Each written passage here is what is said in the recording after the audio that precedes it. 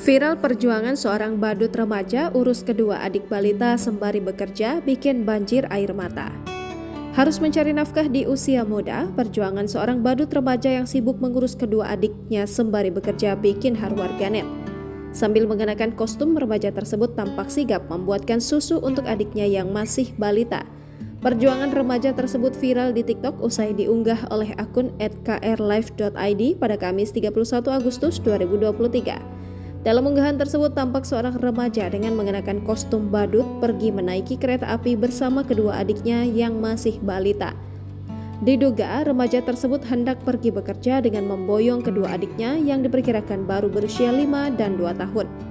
Sesaat sebelum perjalanan, remaja tersebut tampak mengeluarkan toples kecil berisi susu bubuk dan botol air mineral.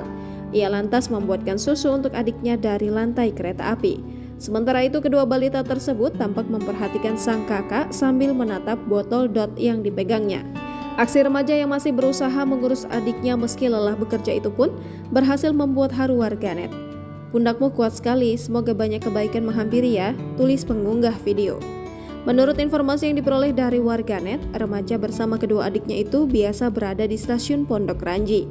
Ketiganya biasa berangkat naik kereta api dari Duri ke arah Bekasi.